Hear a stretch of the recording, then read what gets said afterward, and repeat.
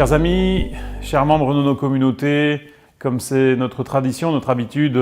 et au nom de toute l'équipe de la Fédération, je veux vous transmettre nos meilleurs vœux pour ces fêtes, pour cette année qui s'ouvre, pour ces temps de retrouvailles, d'amitié, en communauté, en famille. Cette année était une année toute particulière puisqu'elle a été marquée par les célébrations des 500 ans de la Réforme. Nous avons eu la joie, et je sais que dans nombre de communautés, vous avez eu la joie de vivre une semaine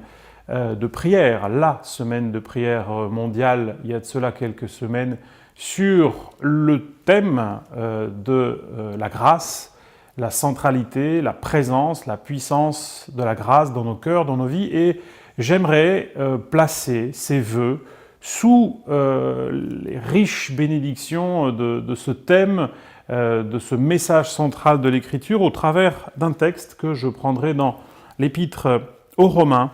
à partir dans le 5e chapitre, l'Épître aux Romains, 5e chapitre, à partir du 1er verset. Cette épître qu'encore pendant quelque temps nous étudions ensemble le samedi matin. Étant donc justifiés par la foi, nous avons la paix avec Dieu par notre Seigneur Jésus-Christ, à qui nous devons d'avoir eu par la foi accès à cette grâce, dans laquelle nous demeurons fermes, et nous nous glorifions dans l'espérance de la gloire de Dieu. Plusieurs thèmes que ce texte mentionne, bien sûr celui de la justice que nous recevons au travers du Christ, au travers de la foi, cette justice qui crée en nous, qui génère en nous la paix, et vous savez que la paix est au centre des vœux que nous nous souhaitons les uns les autres dans cette période, que ceux qui nous gouvernent aussi se souhaitent, nous souhaitent au monde entier. Eh bien pour nous, cette paix, c'est le fruit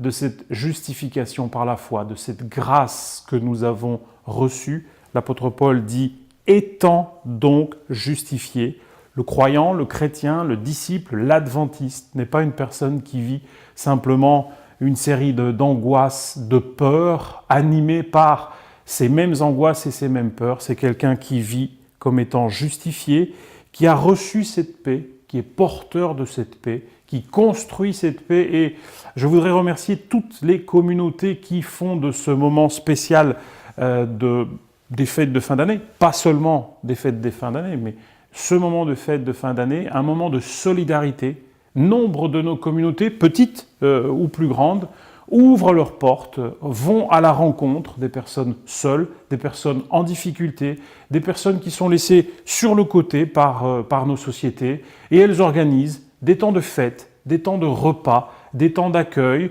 parfois dans nos locaux, parfois avec d'autres associations, des associations de la mairie, avec d'autres communautés religieuses. Et je voudrais les remercier, je voudrais les encourager et faire de ces exemples aussi pour d'autres de nos communautés qui encore n'ont pas eu cette occasion, eh bien la possibilité de vivre cette paix, de l'organiser, de l'offrir, pas seulement pour nous, nous la recevons du Christ et c'est un bien précieux, mais aussi de pouvoir l'offrir à d'autres qui, soit membres de nos communautés ou pas seulement, bien évidemment, membres de nos communautés, vivent dans la solitude, dans le désarroi. Merci encore pour ceux et celles qui, tout au cours de l'année, s'organisent pour être dans la solidarité avec les autres. Merci pour ceux qui le vivent au travers de ce temps de Noël, de ce temps de fête de fin d'année, et que nous puissions, au travers aussi de ce que ce texte implique pour nous, eh bien être des porteurs, des constructeurs d'espérance. L'apôtre Paul termine ces deux petits versets qui se construisent sur la grâce par l'espérance, et bien que là aussi l'espérance puisse être construite par notre présence dans notre société, que nous puissions, comme le dit cette vieille pensée des pères de l'Église, dans la difficulté,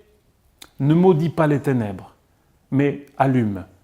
une bougie. Que nous puissions être là aussi porteurs de cette lumière, de cet espoir, de cette fraternité, de cette solidarité. Que cette année soit une année bénie encore une fois par la grâce de Dieu, mais qu'elle puisse s'ouvrir aussi dans chacun de nos cœurs, de nos vies, de nos communautés, et bien comme une année bénie pour les autres, afin que nous soyons aussi cette bénédiction que le Seigneur veut répandre sur notre pays, sur nos villes, sur nos quartiers. Que le Seigneur puisse nous garder. Ce sont nos vœux.